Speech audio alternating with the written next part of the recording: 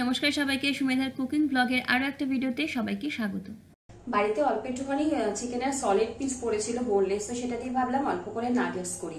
Nuggets এর প্যাকেটগুলো যে শপিং মলগুলো আছে বা যে সুপার মার্কেট আছে প্রচুর দামে কিন্তু পাওয়া যায়, প্রায় 250 থেকে 300 টাকা থাকে। জাস্ট 200 গ্রাম কি 250 গ্রাম বোনলেস চিকেনে কিন্তু অনেকটা নাগেটস আমরা বাড়িতে তৈরি করে রাখতে পারি। প্রায় 7 দিনের জন্য কিন্তু ডিপ ফ্রিজে স্টোর করে রাখতে পারি। চলুন শুরু করি আজকের ভিডিও।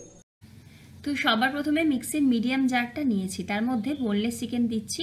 জলটাকে ঝরিয়ে নিয়ে দেবো, আর চাইলে চিকেনের টুকরোগুলো আর একটু ছোট করে নিতে পারেন। এর সাথে দিয়ে দেবো একটা পেঁয়াজ খোসা ছাড়িয়ে 4টি টুকরো করে নিয়েছি। আদা রসুন কাঁচা লঙ্কার পেস্ট ছিল 1.5 চা চামচ দিচ্ছি, তার বদলে একটা ছোট আদার টুকরো, 4-5 কোয়া রসুন আর কাঁচা লঙ্কাটা নিজেদের স্বাদ অনুযায়ী দেবেন। বেশ কিছুটা ধনে পাতা আমি রুটটা শুদ্ধ ভালো মতো ধুয়ে ব্যবহার করছি।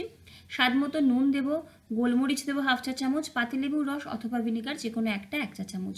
বাইন্ডিংয়ের জন্য দেবো ব্রেড ক্রাম্বস প্রায় 2 টেবিল চামচ পরিমাণে, একটু চিলি ফ্লেক্স। তারপরে ভালো মতো সমস্ত কিছুকে পেস্ট করে নেব। এতে কোনো জলের ব্যবহার করব না। যদি মনে হয় ধনেপাতার ফ্লেভার ভালো লাগে না, সেক্ষেত্রে এর বদলে সয়া সস ব্যবহার করতে পারেন, বাট আমার নাগেটসে খুব ভালো লাগে এই ধনেপাতার ফ্লেভারটা। দেখুন একদম পেস্টটা তৈরি করে নিয়েছি। যদি বাইন্ডিংয়ের জন্য দরকার হয় একটু ব্রেড ক্রাম্বস অ্যাড করতে পারেন, এখানে আমার আর দরকার হয়নি। 1 চা চামচ তেল নেব, আর তেলটা দিয়ে ভালো মতো এই মিশ্রণটাকে মেখে নেব। নাগেটসগুলোর ভেতরটা প্রচুর জুসি হয় আর সফট হয় এতে। এবারে মিশ্রণ থেকে ছোট ছোট অল্প অল্প করে মিশ্রণ নিয়ে হাত দিয়ে একটু মসৃণ বলের মতো করে হালকা হাতে প্রেস করে এরকম একটা শেপ দিয়ে রাখবো। এখন কোনো শেপ দেওয়ার দরকার নেই, জাস্ট এরকম একটু ফ্ল্যাট করে রেখে দেবো।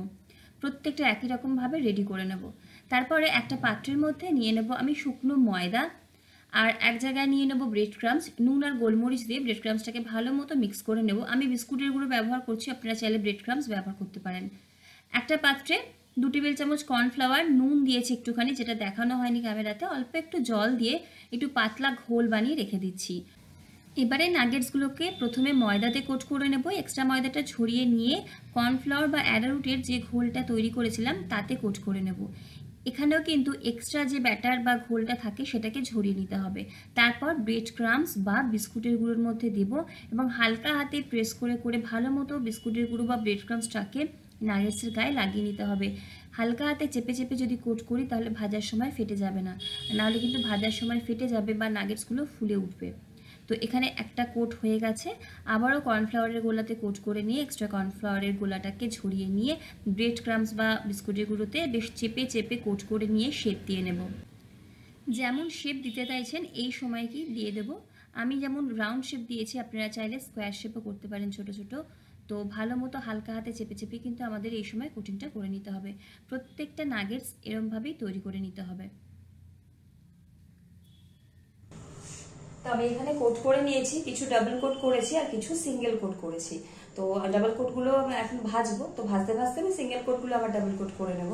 তো যেগুলো ডাবল কোট করেছি যদি এখনই না ভাজেন সেক্ষেত্রে 8 ঘন্টার জন্য ফ্রিজে, নর্মাল ফ্রিজে রেখে দিতে পারেন, তারপর ভাজতে পারেন। আর যদি স্টোর করে রাখতে চান সেক্ষেত্রে ডাবল কোট করে নিয়ে এয়ার টাইট কন্টেনারে করে ডিপ ফ্রিজ করে রাখতে পারেন, 6 থেকে 7 দিন ভালো থাকবে। ভাজার 8 ঘন্টা আগে একটু নর্মাল তাপমাত্রা এনে তারপরে ভাজবো। তো এখন আমি সবকটাই ভাজবো, আগে আমি ডাবল কোট গুলো ভেজে নিই, তারপরে সিঙ্গেল কোট গুলো ততক্ষণ ডাবল কোট করতে থাকবো, কারণ হাতে আর বেশি সময় নেই, সন্ধ্যেবেলার জন্য বানাচ্ছি। এখানে কড়াইতে নিয়েছি বেশ কিছুটা তেল। কড়াইটা খুব ছোট কড়াই, তো বেশি ভাজা যাবে না একসাথে। তেলটা গরম করে নিয়ে আমি এখানে 4টে নাগেটস ছেড়ে দিলাম। মিডিয়াম টু লোয়ের দিকে আমাদের নাগেটসগুলোকে ভাজতে হবে, কারণ ভেতরে চিকেনটা সেদ্ধ হবে। আর একদম হাই ফ্লেমে করে দিলে বাইরের থেকে লালচে হয়ে যাবে, ভেতরটা কিন্তু সেদ্ধ হবে না। তো যখন এরকম হালকা সোনালি কালার হবে বা একটু লালচে কালার হবে তুলে নেব। আমি একটু সোনালি রঙেরই করছি, দেখতে ভালো লাগে। আর একটুখানি কিন্তু কড়া করে ভাজতে চাইলে ভাজতে পারেন। তো এখানে ভাজা হয়ে গেছে, বাকিগুলোও ভাজবো। ভাজতে ভাজতে নাগেটসের জন্য একটা ডিপ রেডি করব। এখানে মিক্সির ছোট জারে বেশ কিছুটা ভেজানো কাজু বাদাম নিচ্ছি। 2টো চিজ কিউব নেব। যদি রসুন থাকে রসুনের কোয়া দুটোই অ্যাড করে দিতে পারেন, আমার কাছে বাটা ছিল একটু রসুন বাটা দিয়েছি। গোলমরিচের গুঁড়ো 1/2 চা চামচ, একটু নুন আর টমেটো সস বা কেচাপ যে কোনো একটা 1 টেবিল চামচ। ভালো মতো একটু জল দিয়ে মিক্সিতে পেস্ট করে নেব, ঘন করে কিন্তু করব, জলটা বেশি দেব না। দেখুন নাগেটসের ডিপ আমাদের একদম রেডি। মেয়োনিজ খাওয়া খুব একটা ভালো নয়, বাড়িতে কিন্তু আমরা এরকম ডিপ বানিয়ে নিতে পারি, যে কোনো স্ন্যাক্সের সাথে খুব ভালো লাগে। আর তা না হলে টমেটো সসের সাথে বা কাসুন্দির সাথেও সার্ভ করতে পারেন, বা প্লেন চায়ের সাথেও সার্ভ করতে পারেন যদি বড়রা খায়। তো কিছুটা এখানে নাগেটস ভাজা হয়ে গেছে আর আমার সার্ভ করাও হয়ে গেছে।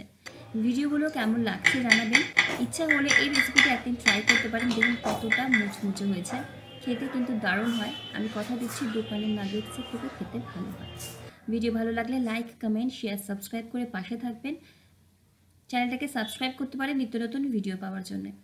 আজ এই অবধি, দেখা হচ্ছে পরের ভিডিওতে। সকলে ভালো থাকুন, সুস্থ থাকুন, হাসি খুশি থাকুন। ধন্যবাদ।